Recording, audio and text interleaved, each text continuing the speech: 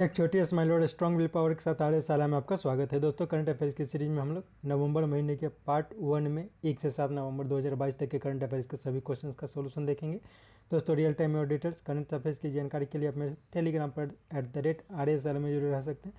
और दोस्तों आपको पता है प्रत्येक क्वेश्चन के साथ बहुत सारे एरियस इन्फॉर्मेशन की भी प्राप्ति होती है, तो बहुत गौर के साथ स्टार्ट करते हैं। पहला क्वेश्चन है, मलेशिया में आयोजित 9वीं सुल्तान जोहर कप भारतीय जूनियर पुरुष हॉकी टीम ने तीसरी बार किसे हराकर जीता?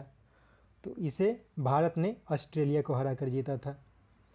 और ऊपर बताया गया है इसका जो आयोजन किया गया था, यानी कि सुल्तान जोहर कप का जो आयोजन किया गया था वो मलेशिया में किया गया था। नेक्स्ट, बांग्लादेश फिल्म महोत्सव के चौथे संस्करण की शुरुआत कहाँ की गई? तो हाल ही में इसकी शुरुआत की गई है कोलकाता में, और तीसरे संस्करण का जो आयोजन किया गया था वो त्रिपुरा में किया गया था। नेक्स्ट, हाल में लुइज इनासियो लूला डी सिल्वा किस देश के नए राष्ट्रपति बने? तो हाल ही में लूला डी सिल्वा ये ब्राजील के नए राष्ट्रपति बने हैं। हाल ही में इजराइल के नए प्रधानमंत्री बने हैं, उनका नाम आपको बताना है क्या है, ऐसा आगे बताया जाएगा उनका नाम क्या है, तब तक आप सर्च करें। उसके साथ याद रखना है इटली के हाल ही में नए प्रधानमंत्री बनी है जॉर्जिया मेलोनी, और ये इटली की पहली महिला प्रधानमंत्री बनी है। और ब्रिटेन के नए प्रधानमंत्री बने हैं ऋषि सुनाक, ये भारतीय मूल के हैं और ये सबसे करीब 200 वर्षों में सबसे कम उम्र के प्रधानमंत्री बने हैं। नेक्स्ट, संभवतः 42 वर्षों 4200 हो जाएगा, ठीक है, संभवतः 4200 4200 वर्ष पहले, ठीक है, संभवतः 4200 वर्ष पहले आइस एज के बाद 200 वर्षों की सुखाड़ पड़ा, जिसमें बहुत सारे सिविलाइजेशंस का अंत हो गया था। इस काल का मावलो गुफा किस राज्य में है, जिसे यूनेस्को के 100 IUGS यानी कि international union of geological sciences के जियोलॉजिकल साइट्स में शामिल किया गया है? तो ये है मेघालय में, ठीक है। तो इस तरह का जब क्वेश्चन है 4200 मैंने बहुत साल पहले एक भारत में नए सिविलाइजेशन की शुरुआत हुई थी, या फिर यह कहा जा सकता है कि सिविलाइजेशन का अंत हुआ था तो वो मेघालय में हुआ था, और उसे एक मेघालय इरा के नाम से भी जाना जाता है। तो ये माना जाता है कि 4200 साल पहले एक बहुत बड़ा सुखाड़ हुआ था, बहुत बड़ा आइस एज आया था, मतलब बर्फ से ढका हुआ एक कंडीशन बना था, और उसके बाद 200 वर्षों तक सुखाड़ पाया गया था, और इसके कारण बहुत सारे सिविलाइजेशंस का अंत हो गया था। और ये जो हुआ था मावलो गुफा में हुआ था, और ये मावलो गुफा जो है वो इसी काल से संबंधित है, और ये मेघालय में स्थित है। इसे हाल ही में यूनेस्को के 100 IUGS जूलॉजिकल साइट्स में शामिल किया गया है। नेक्स्ट, हाल में आयोजित फीफा अंडर 17 महिला विश्व कप किसने जीता? तो ये जीता है स्पेन के द्वारा, और ये कोलंबिया को हराकर स्पेन ने जीता है। इसके साथ याद रखना है कि इस साल का जो फीफा अंडर 17 महिला विश्व कप का आयोजन किया गया था ये भारत में किया गया था। नेक्स्ट, हाल में किस राज्य सरकार ने समान नागरिक संहिता के लिए समिति गठन करने की योजना बनाई है? तो ये किया गया है गुजरात के द्वारा। इसके पहले हिमाचल प्रदेश और उत्तराखंड, इन दो राज्यों में समान नागरिक संहिता लागू करने की बात की जा चुकी है।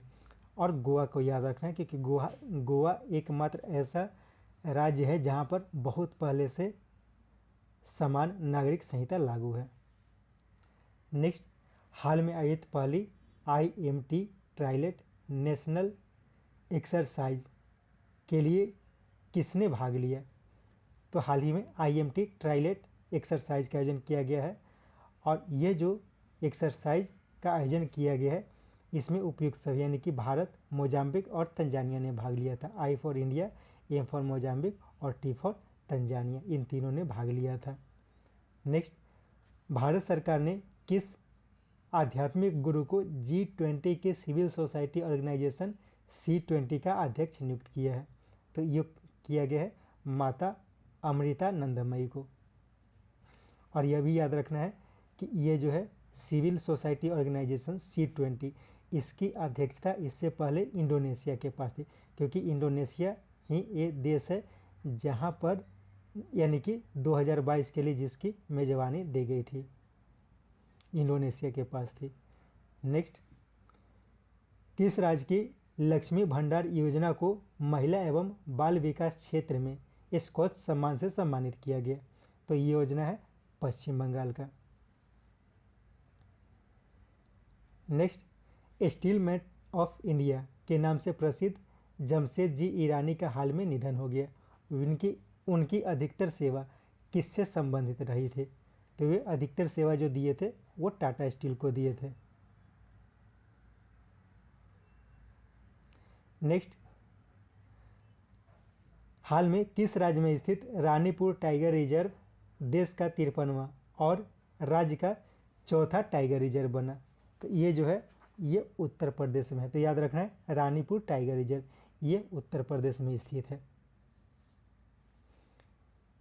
इसके साथ यह भी याद रखना है कि राजस्थान का एक रामगढ़ विषधारी टाइगर रिजर्व ये नया बना था और वो 52वां था। ठीक है, 52वां टाइगर रिजर्व जो बना था वो राजस्थान के रामगढ़ विषधारी टाइगर रिजर्व था, वो 52वां था। नेक्स्ट, हाल में किस देश के राष्ट्रपति मिचेल ऑन ने अपने पद से इस्तीफा दिया है?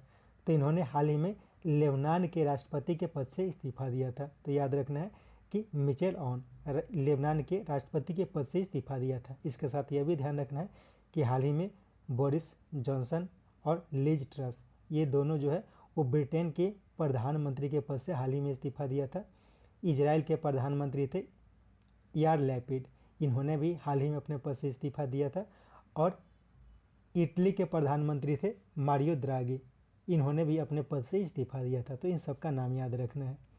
नेक्स्ट, पुस्तक न्यूक्लियराइजेशन ऑफ एशिया किनकी रचना है?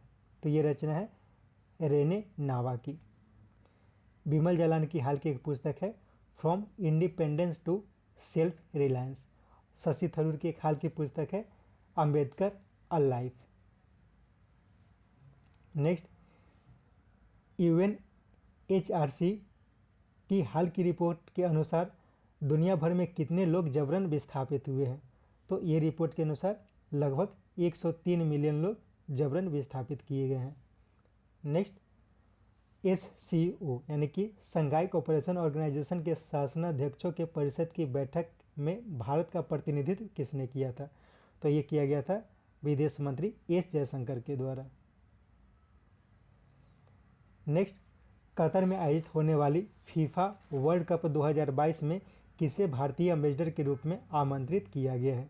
तो ये किया गया है रणवीर सिंह को। युवराज सिंह को दृष्टिबाधितों के लिए जो क्रिकेट होने वाली क्रिकेट वर्ल्ड कप भारत में होने वाली है उसके लिए एम्बेसडर बनाया गया है। कल्याण चौबे का नाम याद रखना है कि कल्याण चौबे हाल ही में AIFF यानी कि ऑल इंडिया फुटबॉल फेडरेशन के चेयरमैन के पद पर हाल ही में नियुक्त हुए हैं। और रोजर बिन्नी ये हाल ही में BCCI के चेयरमैन बने हैं। तो इनका नाम सबसे इंपॉर्टेंट है, याद रखना है। नेक्स्ट, अपने अंतरिक्ष स्टेशन के लिए किसने मैंगटियन नामक लैब मॉड्यूल लॉन्च किया? तो ये लॉन्च किया गया है चीन के द्वारा। नेक्स्ट, 1 नवंबर 2022 से किसे UNS यानी कि यूनाइटेड नेशन सिक्योरिटी काउंसिल की अध्यक्षता प्रदान की गई? तो ये किया गया है घाना को, इससे पहले ये भारत के पास है। नेक्स्ट, हाल में किसने AI अवतार यानी कि आर्टिफिशियल इंटेलिजेंस अवतार स्टार्टअप अल्टर का अधिग्रहण किया है?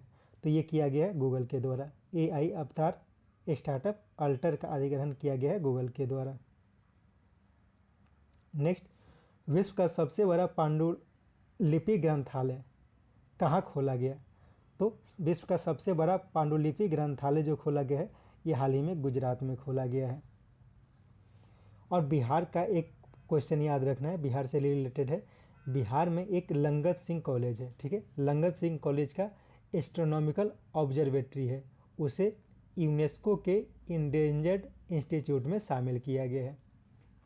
और मध्य प्रदेश के बारे में भी याद रखना है, क्योंकि मध्य प्रदेश में हाल ही में मध्य प्रदेश के उज्जैन में विश्व की पहली वैदिक घड़ी लगाई गई है। विश्व की पहली वैदिक घड़ी मध्य प्रदेश के उज्जैन में लगाया गया है। ठीक है, ये क्वेश्चन भी इंपॉर्टेंट है, उज्जैन में लगाया गया है।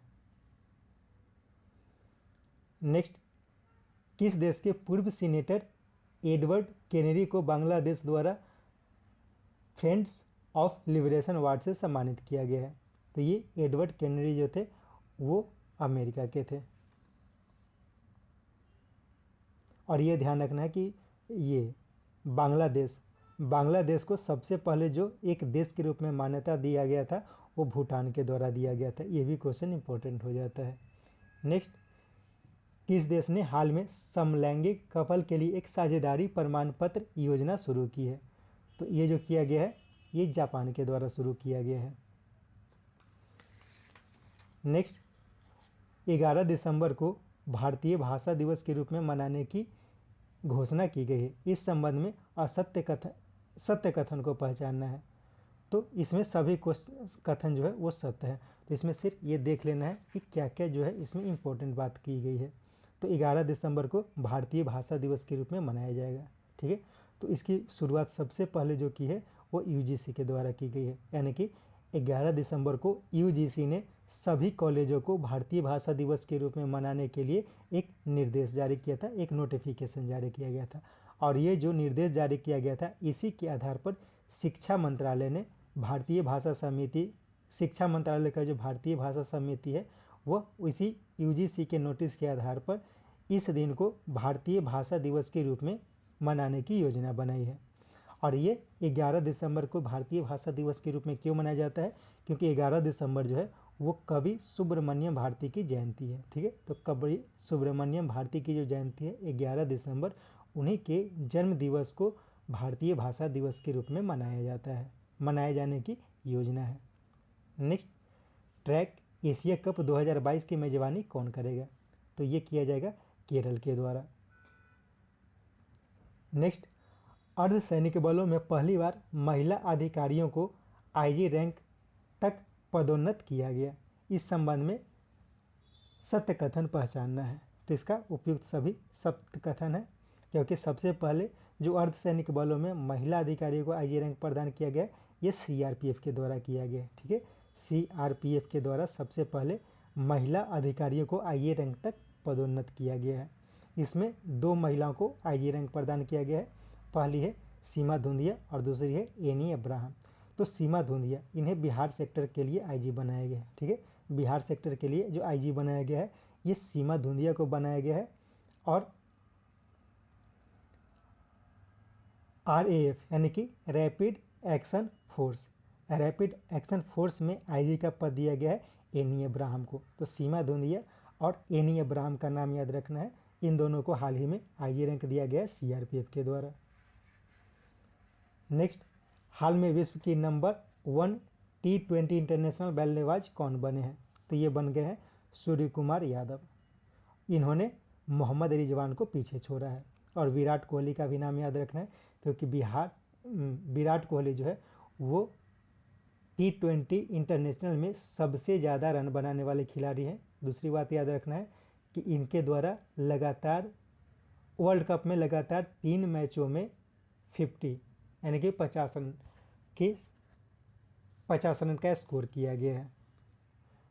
रोहित शर्मा का नाम याद रखना है, क्योंकि ये 3500 रन बनाने वाले सबसे पहले खिलाड़ी है। और इसके साथ ये भी याद रखना है कि 400 T20 मैच खेलने वाले विश्व के पहले खिलाड़ी बने हैं रोहित शर्मा। तो इन सब का नाम याद रखना है। नेक्स्ट, हाल में Collins word of the year 2022 से किसे घोषित किया गया? तो ये किया गया है परमा क्राइसिस को। ठीक है, परमा क्राइसिस। तो परमा क्राइसिस क्या से संबंधित है?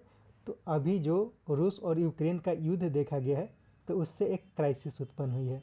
और उसी को जो क्राइसिस है वो चूँकि बहुत लंबे समय से चल रही है तो इसीलिए इसे परमा क्राइसिस टर्म दिया गया है। और इसके कारण इस परमा क्राइसिस को सबसे ज़्यादा खोजा गया है।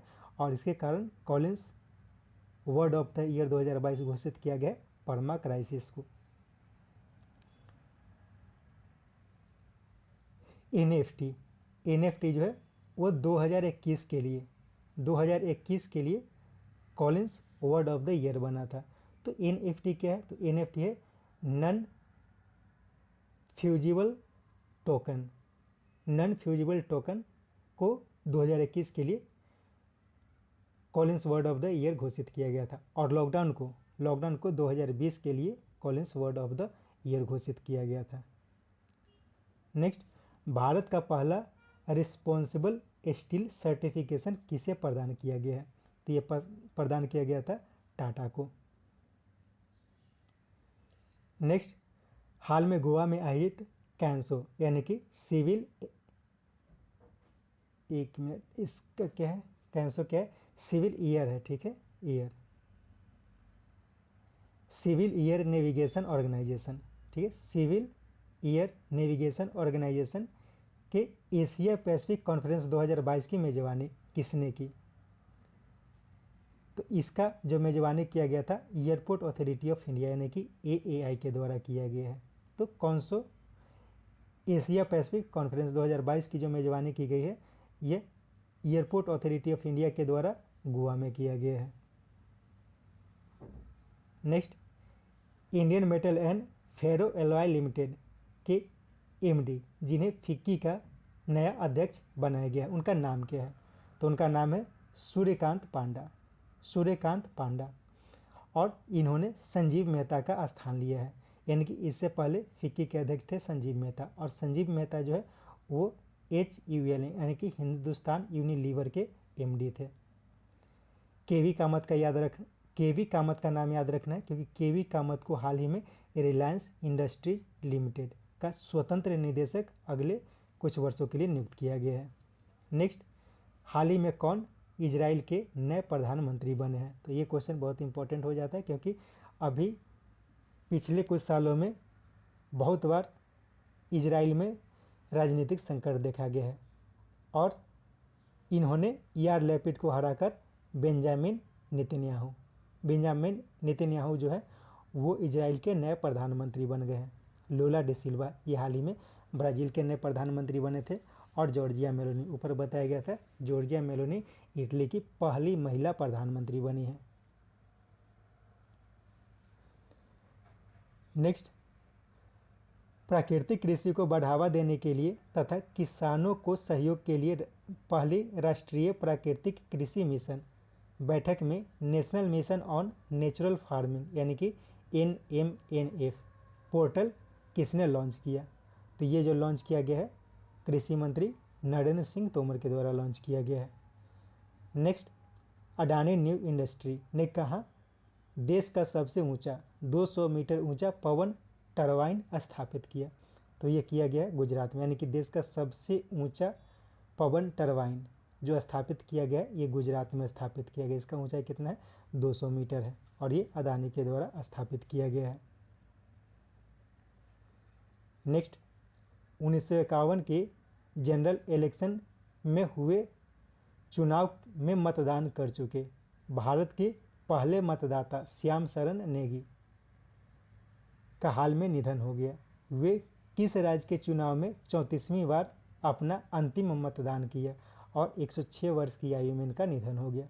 तो ये है हिमाचल प्रदेश के। तो ध्यान रखना है कि सबसे पहले जो जनरल इलेक्शन हुआ था 1951 में, तो उसमें जो सबसे पहला वोटिंग किया गया था वो श्याम शरण नेगी के द्वारा किया गया था, ये हिमाचल प्रदेश के। और ये हाल ही में 34वीं बार मतदान किया था, और ये 106 वर्ष के थे, और हाल ही में इनका निधन हो गया है। नेक्स्ट, किस देश ने 1910 मीटर लंबी विश्व की सबसे लंबी रेल यात्री ट्रेन चलाया? तो ये चलाया गया है स्विट्जरलैंड के द्वारा। नेक्स्ट, हाल में कहाँ आयोजित COP27 में भारतीय पवेलियन का उद्घाटन पर्यावरण मंत्री भूपेंद्र यादव ने किया? तो यह जो आयोजन किया गया था ये शर्म अल शेख में आयोजित किया गया था, शर्म अल शेख में।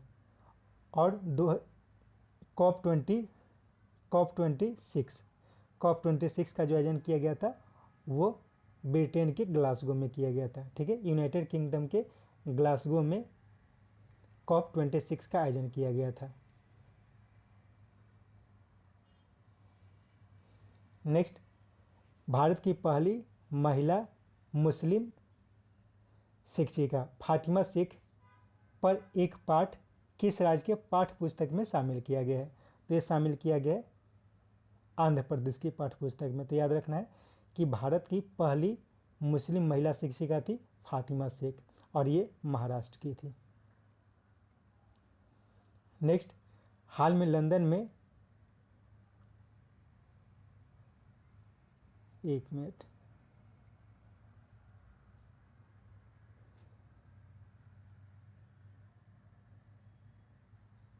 हाल में लंदन में आयोजित 24वें, यहाँ पे आयोजित हो जाएगा, ठीक है।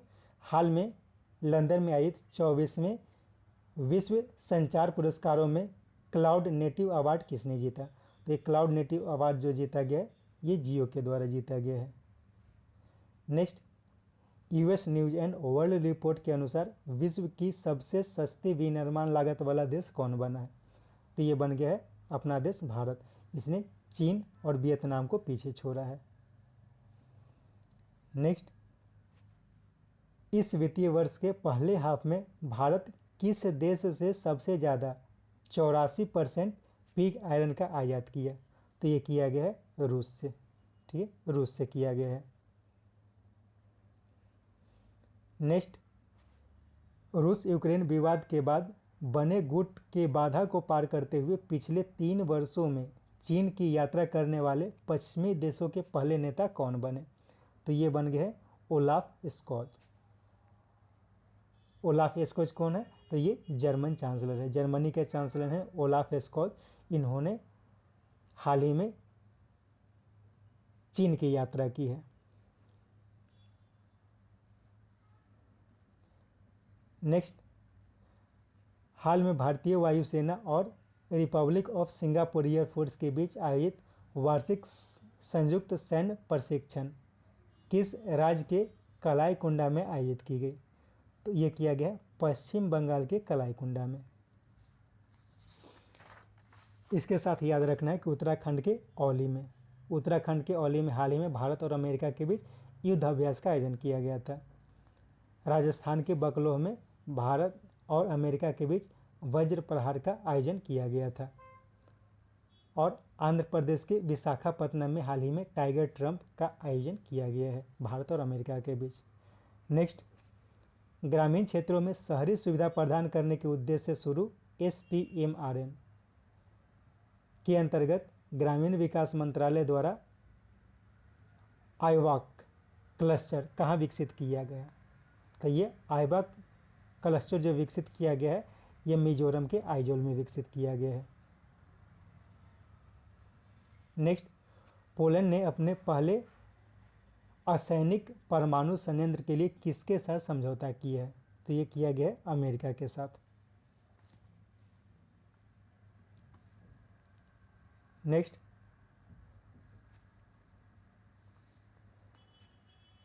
रूस से तेल की निर्भरता कम करने के लिए मंगोलिया ने अपनी ग्रीनफील्ड रिफाइनरी विकसित करने की योजना बनाई है।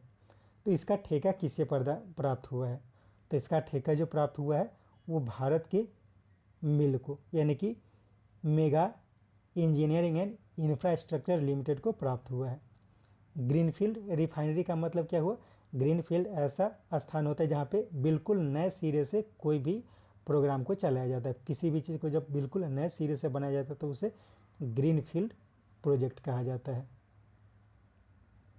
तो ये मंगोलिया में विकसित हो रहा है। नेक्स्ट, एशियाई हॉकी महासंघ के अध्यक्ष कौन नियुक्त हुए हैं? तो हाल ही में पाकिस्तानी मूल के तैयब इकराम एशियाई हॉकी महासंघ के अध्यक्ष बने हैं।